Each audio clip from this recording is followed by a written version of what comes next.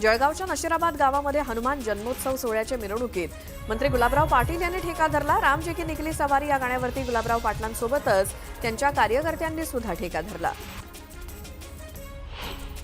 पुण्यातल्या सिंहगडावर परदेशी पर्यटकासोबत घडलेल्या प्रकाराची शिवसेनेनं गंभीर दखल घेतली आहे। या टवाळखोर मुलांनी माफी मागावी अशी मागणी शिवसैनिकांनी केली आहे। मुलांनी जर माफी मागितली नाही तर त्यांना दिसतील तिथे चोप देऊ असा इशारा शिवसेनेच्या नेत्यांनी दिलाय।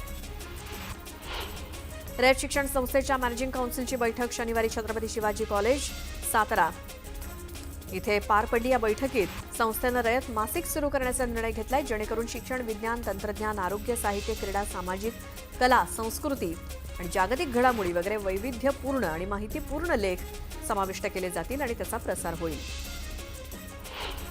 तहव्वूर राणावरनं श्रेयवादाची लढाई करण्यापेक्षा त्याला फाशी कशी होईल हे पाहिलं पाहिजे असं वक्तव्य काँग्रेसचे नेते सुशीलकुमार शिंदे यांनी केलं। तहव्वूर राणा हा देशाचा शत्रू आहे, त्याला कठोर शिक्षा झाली पाहिजे असं शिंदे म्हणाले। अनेक वर्षांपासून प्रतीक्षा असणारं अमरावती विमानतळ 16 एप्रिलपासून सुरू होत आहे, तर उद्घाटनाच्या दिवशी हे विमान सकाळी 11:30 वाजता मुंबईच्या दिशेने झेपावणार असलं तरी सोमवार, बुधवार आणि शुक्रवारी असे 3 दिवस 4:30 वाजता हे विमान मुंबईच्या दिशेने उड्डाण करेल।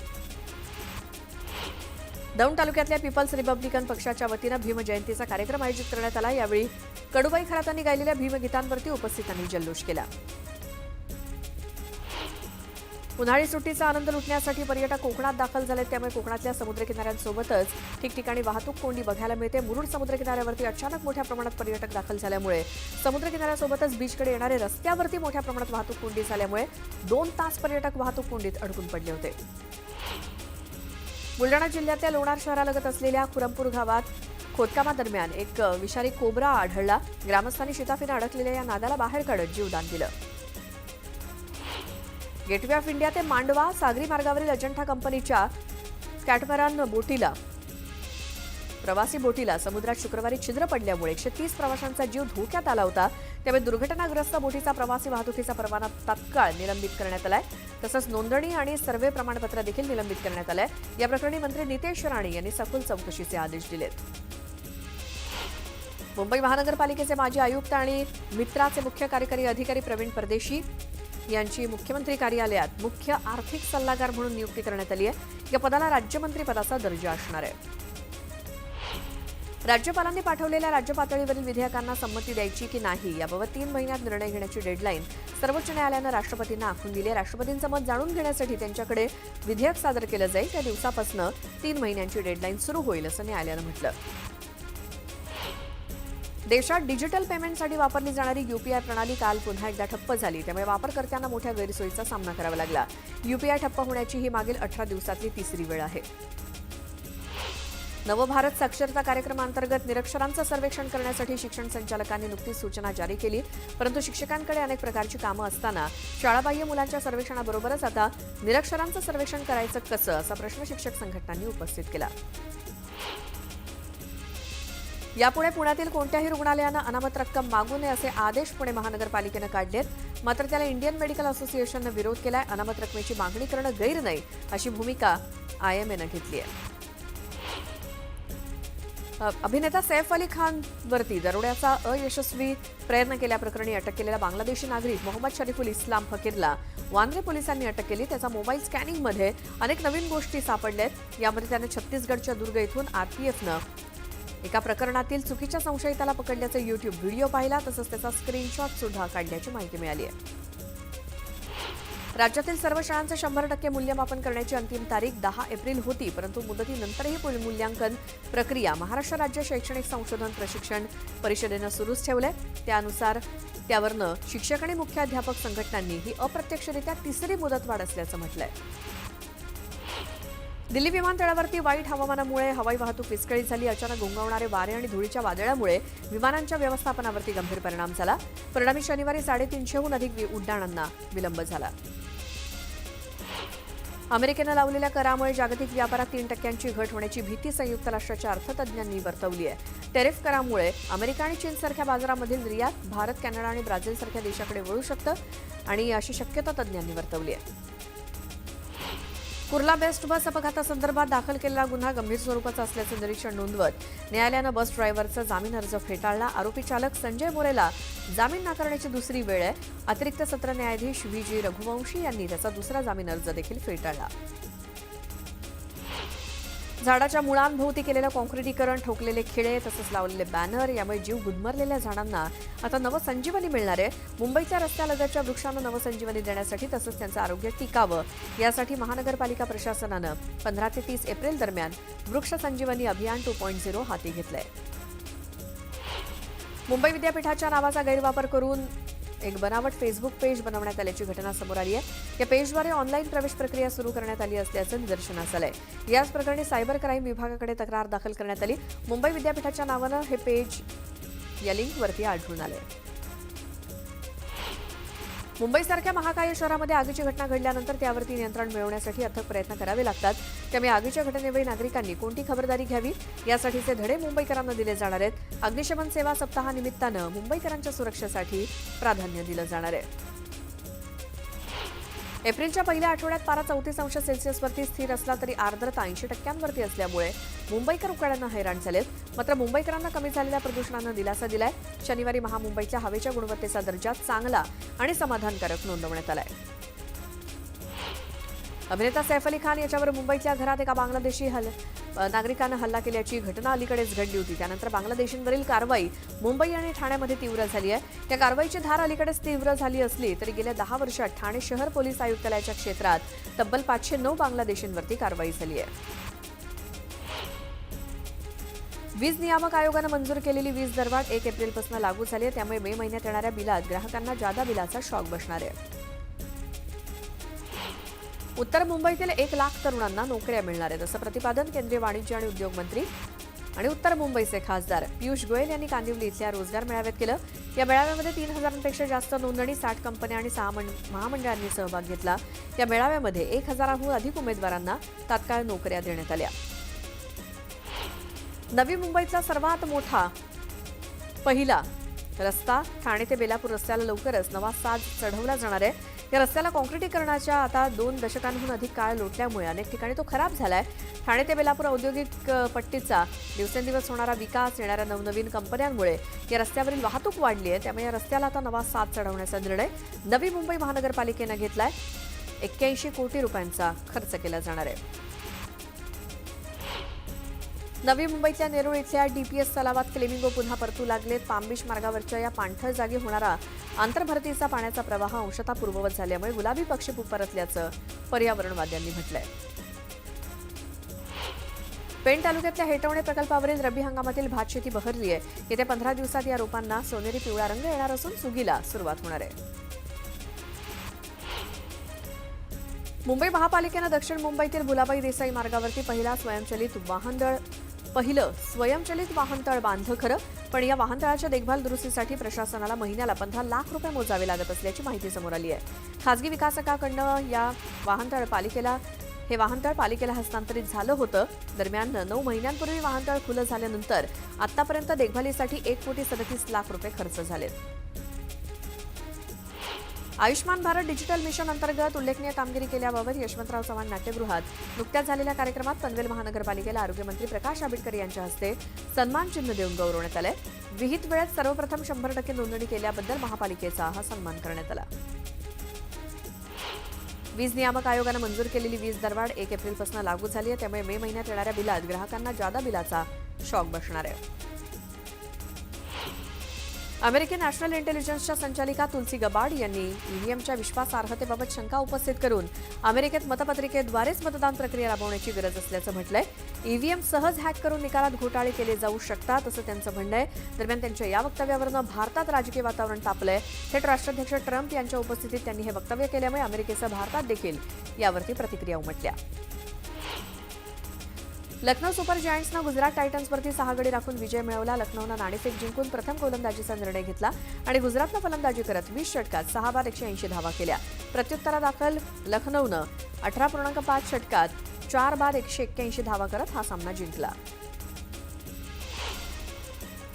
सनरायझर्स हैदराबादनं पंजाब किंग्सचा 8 गडी राखून दणदणीत पराभव केला. राजीव गांधी आंतरराष्ट्रीय स्टेडियमवरती खेळल्या गेलेल्या या सामन्यामध्ये हैदराबादचा सलामीवीर अभिषेक शर्मानं 55 चेंडूमध्ये 141 धावांची खणखणीत खेळी करत सामन्यावरती आपली मोहोर उमटवली.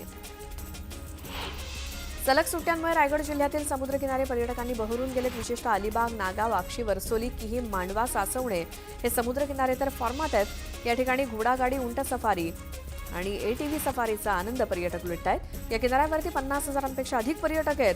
उद्या रविवारी म्हणजे आज रविवारी तर इथे विक्रमी गर्दी होण्याची शक्यता आहे. ठाणे ते बोरिवली भुयारी मार्गाच्या कामामुळे रोज मातीची वाहतूक करणाऱ्या डंपरच्या फेऱ्या वाढल्यात. वाहतूक कोंडीमुळे प्रदूषणामध्ये भर पडते. याबद्दल स्थानिकांनी MMRDAकडे आपली व्यथा मांडली होती, पण त्याकडे साफ दुर्लक्ष झाल्यामुळे रहिवाशांनी शनिवारी आंदोलनाचा पवित्रा घेतला. जागतिक आरोग्य दिनाचं औचित्य साधून राज्यातील कामगार विमा योजनेअंतर्गत कार्यरत रुग्णालयामध्ये महात्मा ज्योतिराव फुले जन आरोग्य योजनेचा प्रारंभ करण्यात आलाय. या निर्णयामुळे आता केवळ नोकरी करणाऱ्या कामगारांपुरतीच मर्यादित असलेली ESICची रुग्णालयं सर्वसामान्य गरीब नागरिकांसाठी सुद्धा खुली झाली आहेत.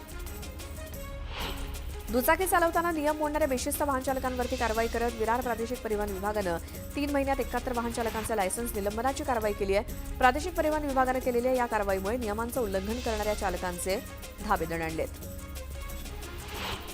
राज्यातील 10वी आणि 12वीतील खेळाडू विद्यार्थ्यांना सवलतीचे गुण दिले जातात. मात्र अर्ज करण्यासाठीचं आपलं सरकार सेवा पोर्टल हे 14 एप्रिलपर्यंत देखभालीच्या कामासाठी बंद ठेवण्यात येत आहे. त्यामुळे जिल्हा क्रीडा कार्यालयाकडून सवलतीच्या गुणांचे प्रस्ताव ऑनलाईन पद्धतीनं विभागीय मंडळाकडे जमा करण्यासाठी 21 एप्रिलपर्यंतची मुदत वाढवून देण्यात आली आहे.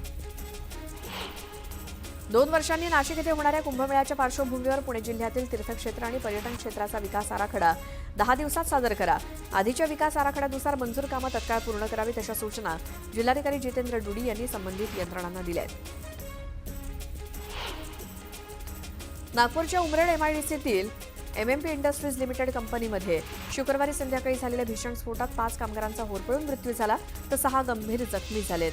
या प्रकरणी कंपनी प्रशासनावरती गुन्हा नोंदवण्यात आलाय. मृतांच्या कुटुंबियांना 60 तर जखमींना 30 लाखांची मदत दिली जाईल असं महसूल मंत्री तथा पालकमंत्री चंद्रशेखर बावनकुळे यांनी स्पष्ट केलं. आमदार धनंजय मुंडेंनी परळीमध्ये जनता दरबार भरवला. जनता दरबारातून त्यांनी स्थानिकांशी संवाद साधला. प्रकृतीच्या कारणास्तव मुंडे काही दिवस सक्रिय नव्हते, मात्र आता जनता दरबारातून धनंजय मुंडे यांनी जनतेच्या समस्या सोडवण्याच्या सूचना अधिकाऱ्यांना केल्यात. जनसामान्यांच्या कोंडलेल्या भावनांना वाट करून द्यायला आम्ही आलोय असं म्हणत गणेश नाईकांनी अप्रत्यक्षपणे शिवसेनेलाच घरचा आहेर दिला. त्यामुळे आगामी ठाणे महानगरपालिका निवडणुकीत महायुतीचं समीकरण कसं असेल याकडे सर्वांचं लक्ष लागलंय. कर्जमाफीवरनं राजू शेट्टी आक्रमक झालेत. प्रहार जनशक्तीसारखं आंदोलन करण्याचा इशारा त्यांनी दिला. सार्वजनिक कार्यक्रमात जाऊन शेतकऱ्यांना कर्जमाफी का दिली नाही याचा जाब विचारणार असल्याचं शेट्टी म्हणाले. सिल्लोड तालुक्यातल्या अजिंठा इथे आमदार अब्दुल सत्तार यांच्या पुढाकारानं अजिंठा उपकेंद्रात रोहित्र बसवण्यात आलं. त्यामुळे 14 गावं भारनियमन मुक्त होणार असून शेतकऱ्यांचा दिवसा वीज मिळण्याचा मार्ग मोकळा झालाय.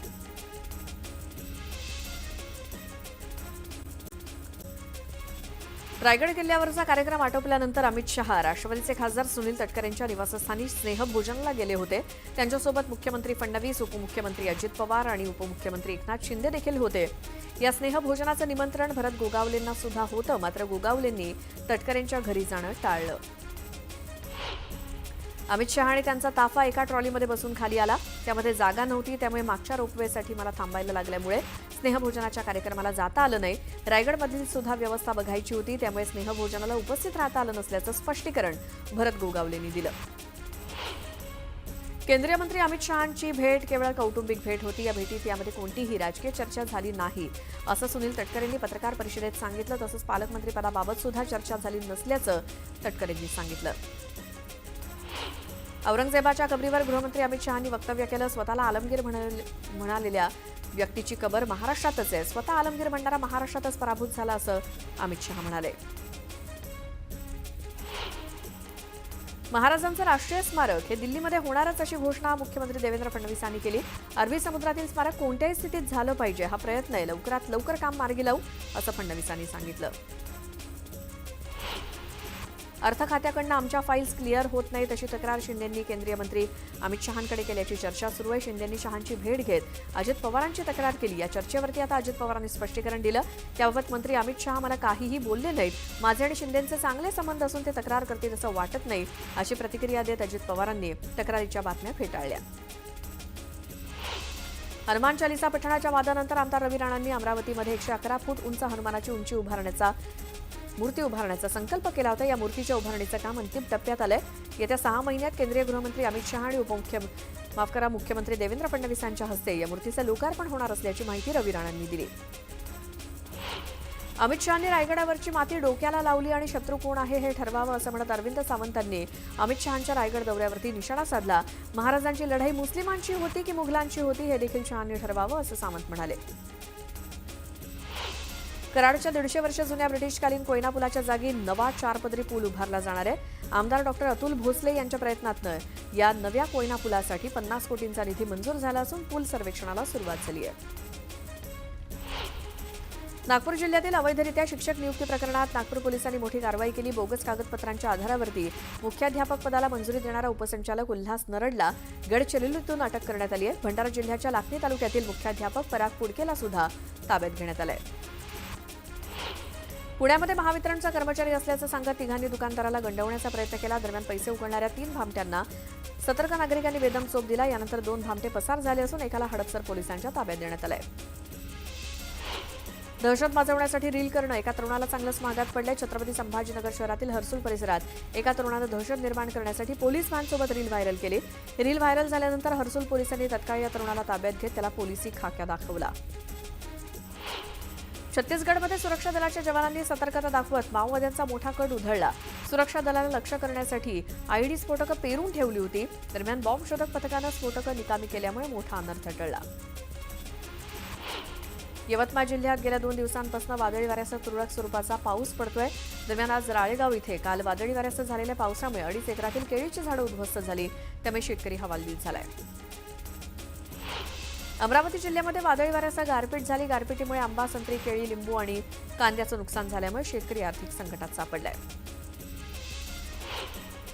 जळगाव जिल्ह्यातील रावेर तालुक्यात वादळी वारा आणि विजांचा कडकडाट आणि गारपिटीचा पाऊस बरसला. अचानक आलेल्या पावसामुळे नागरिकांची तारांबळ उडाली. तर केळी, मका, हरभरा आणि काढणीला आलेल्या गव्हाचं पावसामुळे नुकसान झालंय.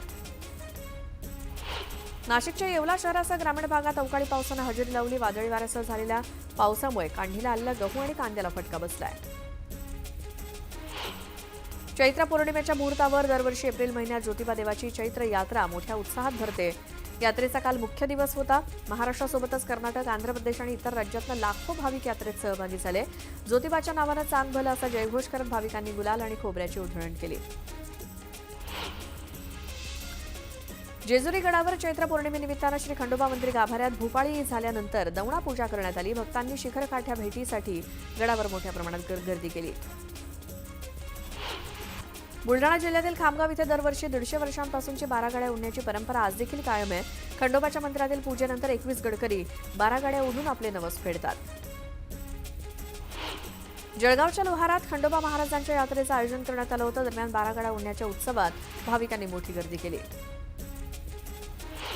पालघरमधील प्रसिद्ध महालक्ष्मी यात्रोत्सवाला सुरुवात झाली. महाराष्ट्र, गुजरात आणि राजस्थानमधील लाखो भाविकांनी मातेच्या दर्शनासाठी गर्दी केली.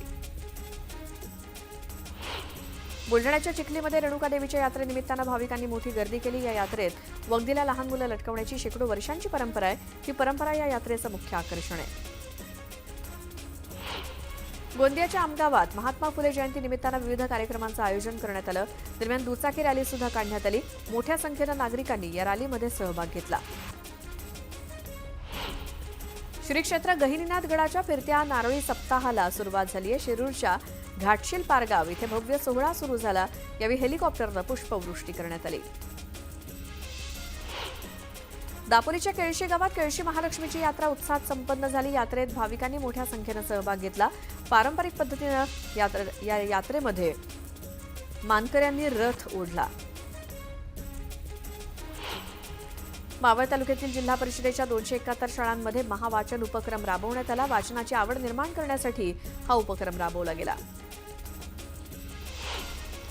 भारतरत्न डॉक्टर बाबासाहेब आंबेडकर यांच्या 134व्या जयंतीनिमित्तानं भुसावळ शहरातील मुख्य मार्गापासून आंबेडकर पुतळ्यापर्यंत आकर्षक विद्युत रोषणाई करण्यात आली. खेडहून अंबाजोगाईकडे जात असताना मुंबई गोवा महामार्गावरच्या खेड फाट्यावरती एसटी बस अडवून कारमधून आलेल्या 3 तरुणांनी एसटी ड्रायव्हरला बेदम मारहाण केली. या मारहाणीचा व्हिडिओ व्हायरल झाला असून 3 जणांविरोधात खेड पोलीस ठाण्यात गुन्हा दाखल झालाय.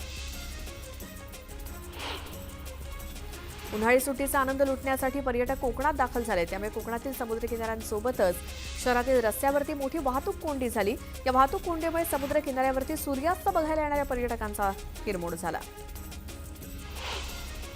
वाहतुकीचे नियम मोडणाऱ्यांविरोधात हिंगोली पोलिसांनी दंडात्मक कारवाई सुरू केली आहे. शहरातील मुख्य भागांचा नांदेड नाका, इंदिरा गांधी चौक या परिसरात मोठ्या प्रमाणात कारवाई सुरू आहे. जमिनीच्या वादातून पुतण्यानं काकावर गोळीबार केल्याची घटना पुणे जिल्ह्यातल्या ढोकळवाडी वारक इथे घडली. हल्ला झालेल्या सोपान ढोकळे याच्यावर उपचार सुरू असून आरोपी नवनाथ ढोकळेला पोलिसांनी अटक केली आहे.